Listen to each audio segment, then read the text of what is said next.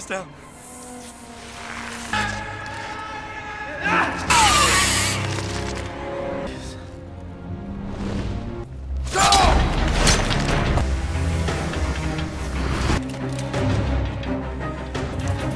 Get ready.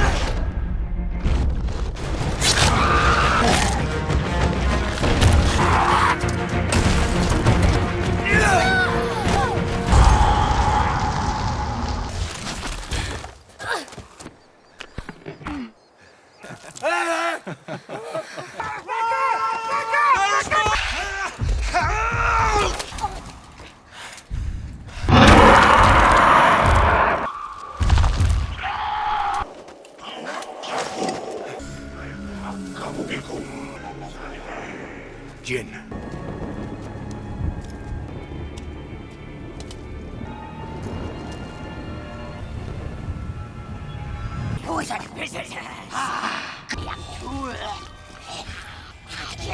Perseus, no. Question. Young Perseus, son of the flesh of a god. Stalemate. So which one's gonna... Let's That's right. a wasted land. Maybe.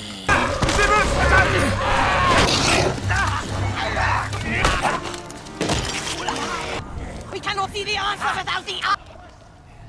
How do we kill them? One. The Gorgon Medusa gaze. Chill by her. Against the Titan. She's no use against the Kraken. Clever boy. Have the eye. But wait. Tell him. Tell him. That fate has spoken. Son of Zeus. Victory.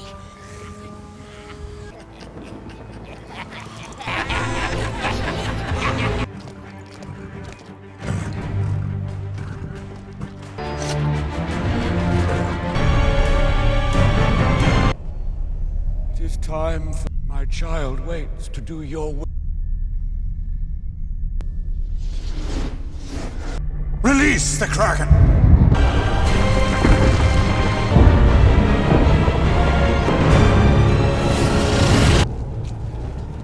The Kraken! When the beast is sated! Andromeda! It's my name they're calling.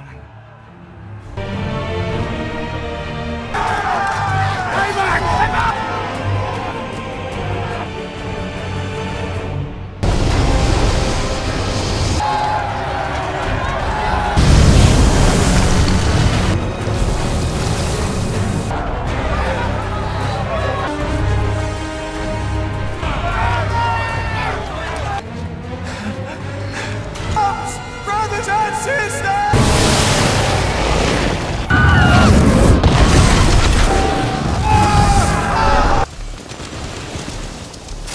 Do you feel stronger, brother? The Kraken is my child. I serve my... You sent me to the underworld? For a few months. No, you need your watch while my blessing. There is still a day.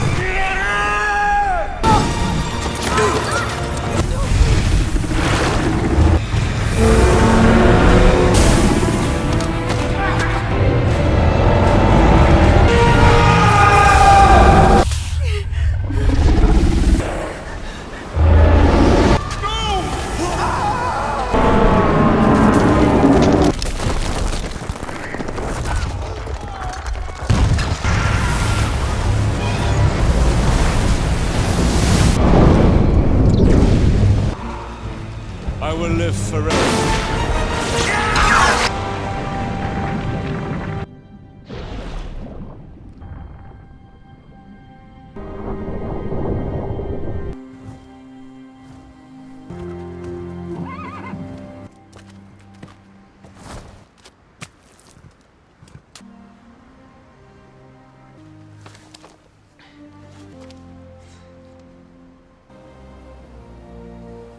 You won't stay, will you? I'll serve you better.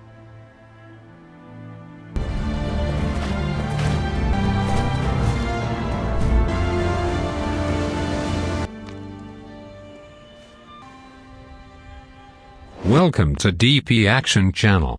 Please subscribe and press the bell icon. There are too many Greek gods for me to keep straight, since as a child I didn't have action figures as a learning tool. I was prepared to take notes during Clash of the Titans, but only wrote down a single one: release the Kraken. Conan O'Brien. I know I was intended to be terrified by the release of the Kraken, but all I could think of was O'Brien shouting release the bear. And then some guy in a bear suit runs out and sits on the lap of a guest. In this case, the Kraken is the nuclear option for Zeus, who has been persuaded by Hades to put down a revolt by the upstart mortals of Argos. The mortals are fed up with the whims of the gods. It would be one thing if they stayed on Olympus and killed time leaning on pillars and addressing one another in thundering ultimatums.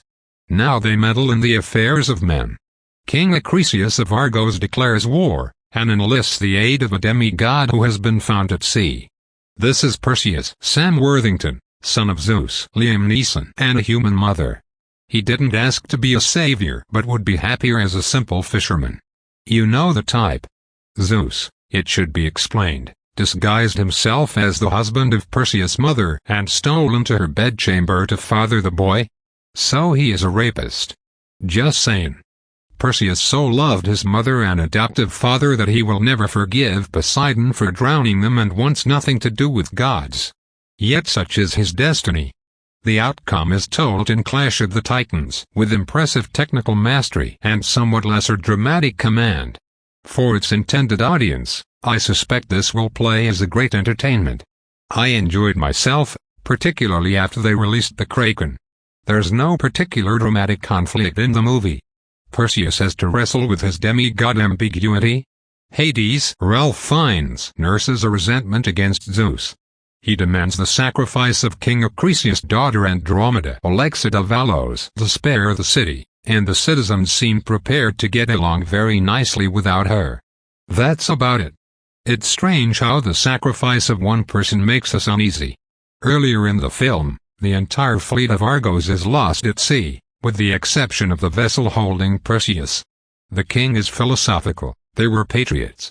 But the sacrifice of his own daughter, now you're talking real death. Most of the film involves terrifying battles between mortals and special effects.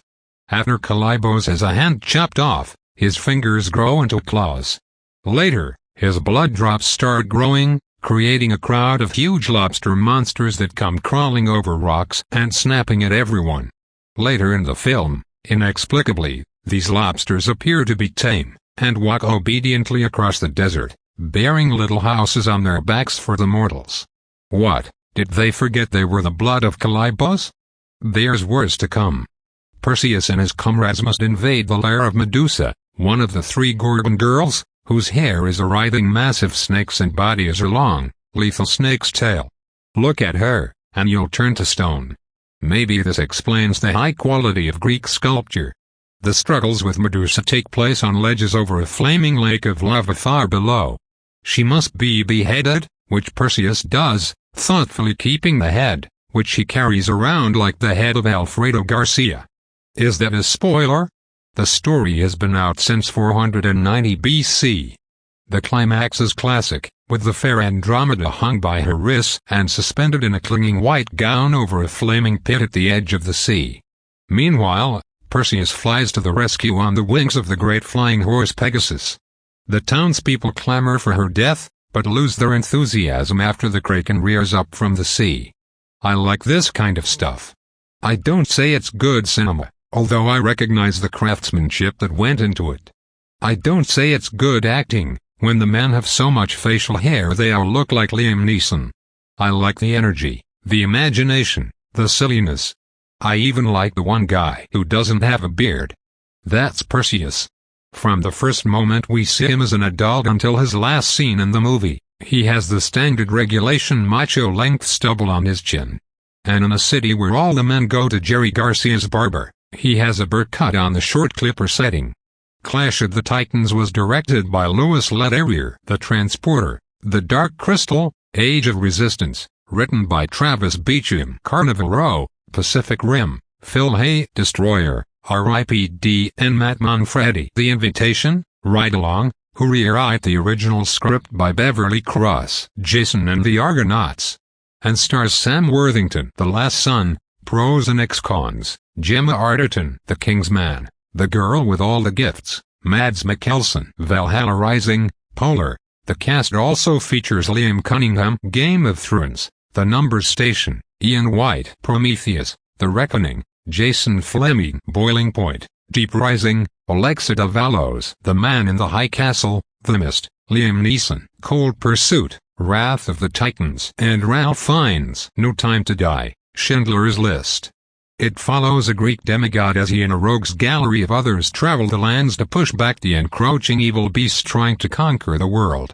The plot: we've been here before, many, many times. However, Clash of the Titans gets a pass for most of its familiar epic tropes considering it's one of the first to ever do it and one of the best. The demigod Perseus Worthington, conceived by human Queen Danae and the god Zeus Neeson, has so far led a peaceful life as a fisherman, but when the cocky humans in Argos stop worshipping Zeus, Hades finds, and the other gods, Zeus allows Hades to send a destructive message. Obviously, Hades wasn't going to stop at sending a message, and Perseus's family pays the price.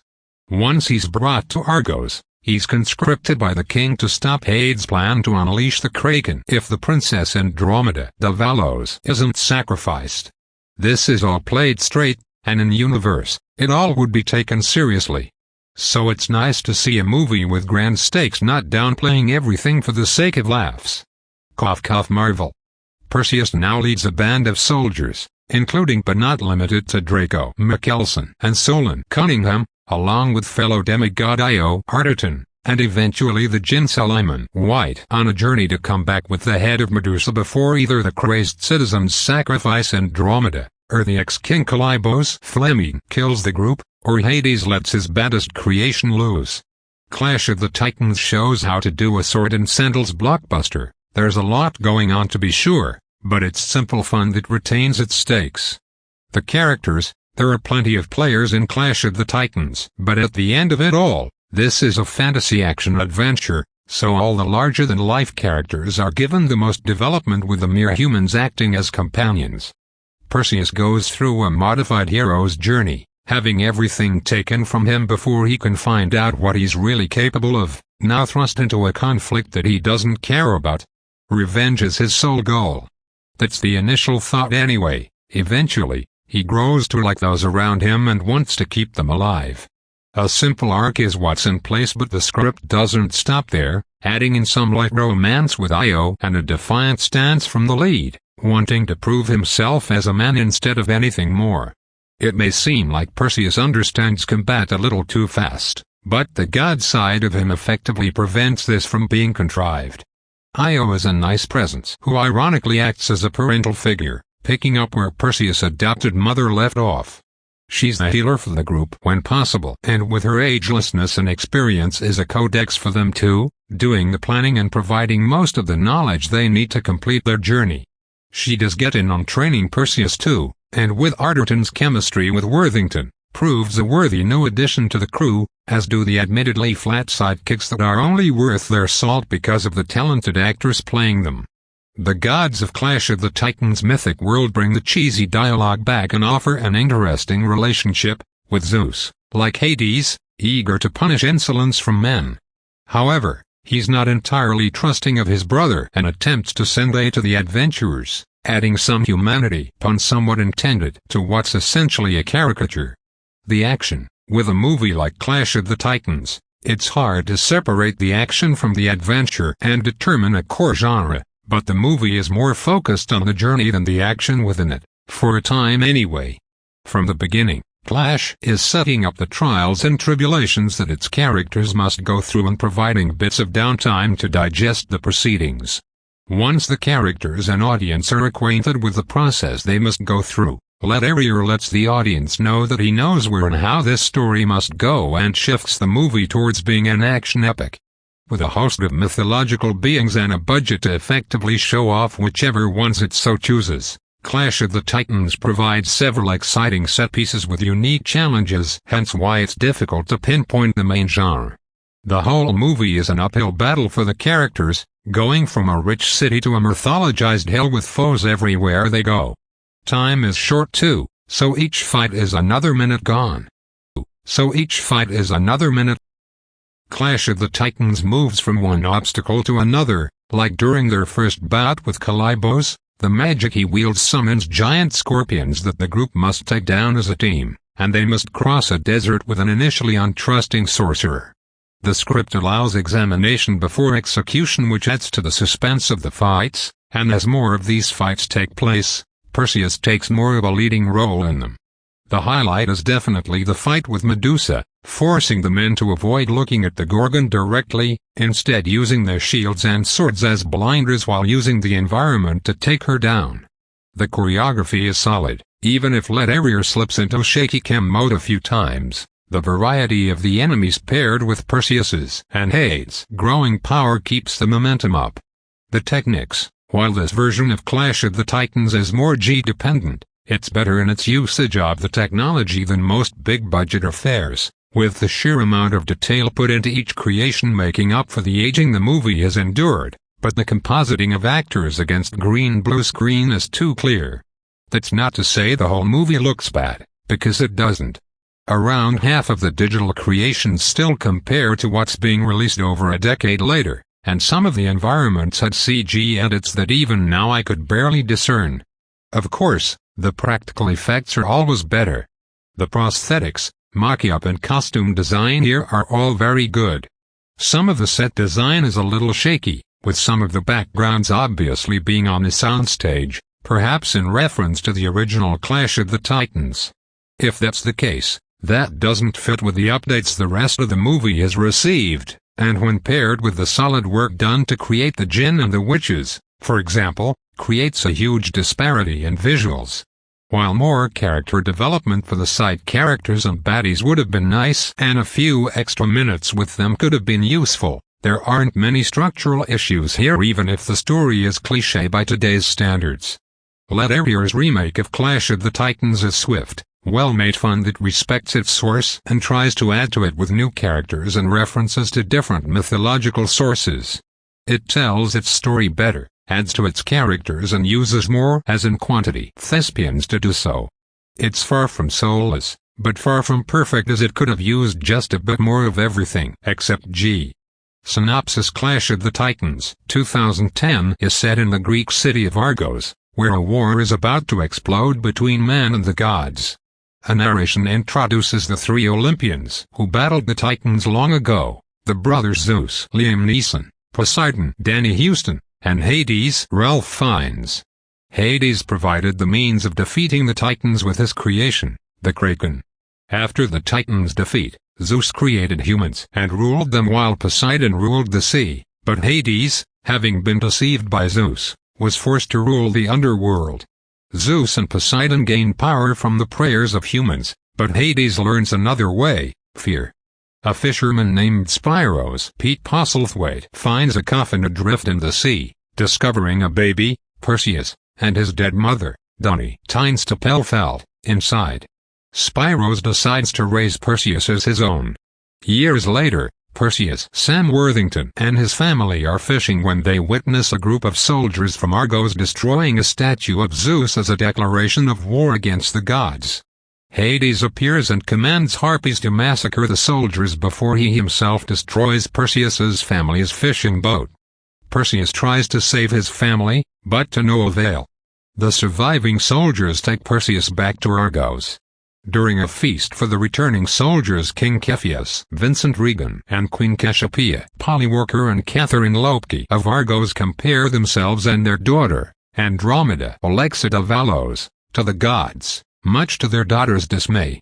After convincing his brother to let him loose on humanity to punish Argos for its hubris, Hades appears in the courtroom before killing the remaining soldiers while Perseus is unaffected. Revealing Perseus to be the demigod son of Zeus, and aging Cassiopeia to death, Hades threatens that if Princess Andromeda is not sacrificed to the Kraken, Argos will be destroyed in 10 days. Hermes Alexander Siddig, the messenger god, approaches Zeus on Olympus, revealing the location of his son Perseus.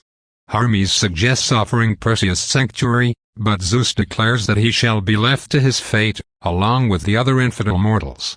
The king seeks the help of Perseus after he is placed in the dungeon. Perseus refuses until he meets Io Gemma Arterton, a woman who does not age, as punishment for refusing to be seduced by a god. Io reveals that Perseus' conception was a punishment conducted by Zeus on Acrisius Jason Fleming, the former king of Argos who was married to Dunny, for his actions against the gods. When Acrisius set Dunny and the baby Perseus adrift in their coffin, an enraged Zeus struck Acrisius with lightning, leaving him hideously disfigured. After learning that killing the Kraken would allow him to have his revenge against Hades, Perseus agrees to help. He and Argos' finest soldiers embark on a quest to find the Stygian witches with a pair of Persian monster hunters named Ixis Hans Matheson and Kukuk Malaude Kaur, and Io following. To counter this turn of events, Hades enlists Acrisius, now called Kalybos, to kill off Perseus. Hades imbues Kalybos with superhuman powers. In the woods, Perseus and his men discover a sword forged in Olympus that will only display power if it is wielded by Perseus. While separated from the group, Perseus encounters Zeus' sacred herd of flying horses, the Pegasus. However, Perseus refuses both the sword and the pure black Pegasus that the gods offer as assistance, as he does not wish to be a god. Kalybos attacks the group and tries to murder Perseus, killing several soldiers in the process, but Kalybos is unsuccessful, losing his hand before escaping. However, Kalybos's blood forms giant scorpions from the sand that attack Perseus and his group. Though they kill several scorpions, most of the group are slain, and the survivors are surrounded by more of the monsters. They are saved by the Jinn, a band of once human desert sorcerers who have replaced their earthly flesh with ash and dark magic. The mysterious beings are able to hypnotize the scorpions into submission. Though not trusted prior to healing Perseus's wound, the Jinn leader, Sheikh Suleiman Ian White, joins Perseus's group. The Jinn want to see the gods' wish for destruction fail. The heroes arrive at Garden of Stygia, learning from the Stygian witches that the head of the Gorgon Medusa Natalia Vodianova could kill the Kraken, but that Perseus and his group will die in the process. After leaving the witches, with the hunters taking their leave, Perseus is visited by Zeus, who offers him asylum on Mount Olympus, but he refuses. Zeus gives him instead a golden drachma, which Perseus later learns is a means to bribe Charon for passage into the underworld. While Io remains outside Medusa's lair, due to a spell that forbids any woman from entering the area, Perseus' remaining soldiers fight hard to stay alive but are turned to stone one by her gaze. But with Celaimon self-destructing and Draco's sacrifice, Perseus manages to behead Medusa and her stumbling body falls into a fire. Perseus emerges in time to see Calliope kill Io by stabbing her from behind. Perseus engages Calliope in combat and kills him using the sword from Olympus, turning him back into Acrisius in human form. With his final breath as Hades' power leaves him, Acrisius tells Perseus to never become a god. Perseus stays with the dying Io until she passes on, then rides Pegasus back to Argos with Medusa's head to find some of Argos' citizens have formed a cult of Hades and are planning to sacrifice Andromeda to the Kraken against the king's wishes. By then, Hades reveals to Zeus the destruction of Argos will give him enough power to overthrow the other Olympians before leaving his powerless brother to ensure his victory. Perseus returns to Argos, but Hades sends his harpies to stop him. Perseus defeats the creatures sent by Hades and uses the head of Medusa to turn the Kraken into stone as Cepheus is killed by the cult leader, who is then crushed under the shattering Kraken. Hades appears and sneers that Perseus cannot kill him, since he is a god. Perseus retorts that while Hades can live forever, it will not be in the world of men, and uses the sword to banish Hades back to the underworld. Because Perseus has saved Argos from destruction, Andromeda suggests that Perseus become king and rule Argos at her side, but he declines. Zeus appears before Perseus again and offers to make him a god, but for a second time he refuses. Zeus warns Perseus that Hades will return to rule the world in darkness when he amasses enough fear from mankind. Since Perseus is intent on staying on Earth, Zeus resurrects Io, and the two embrace while Pegasus flies above them. To embrace. Thanks for watching.